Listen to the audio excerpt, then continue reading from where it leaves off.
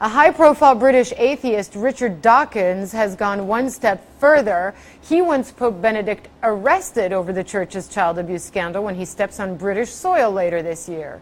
Richard Dawkins joins us now from Oxford in England. So do you think this is practical, that this is feasible, not just a political point people are trying to make against the Pope, that he could actually end up in the dock?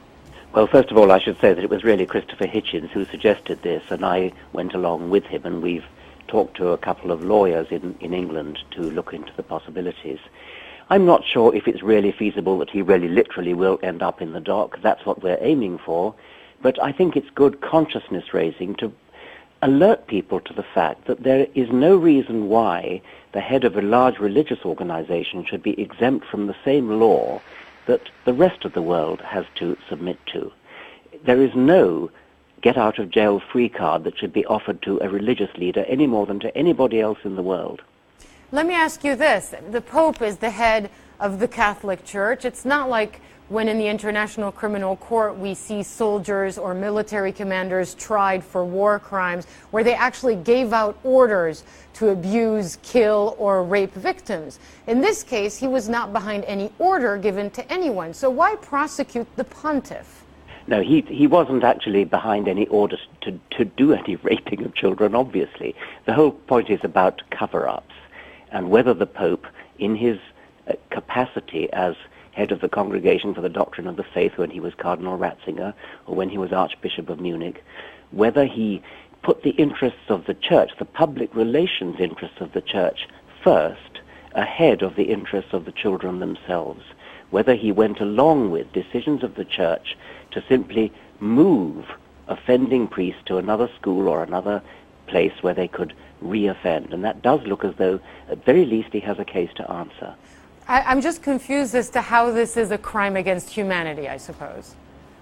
You're confused as to how it's a crime against humanity to cover up the raping of 10, 11, 12-year-old children. I'm not confused as to why it could be considered a crime. I'm confused at how it can fit in the International Criminal Court's definition, which is clear, of what you a have war to ask a crime or lawyer a crime about against that. I humanity specifically said when I agreed to do this interview, I was not going to answer technical legal questions. Okay, well, it wasn't a technical legal question. Well, it is was a technical legal question.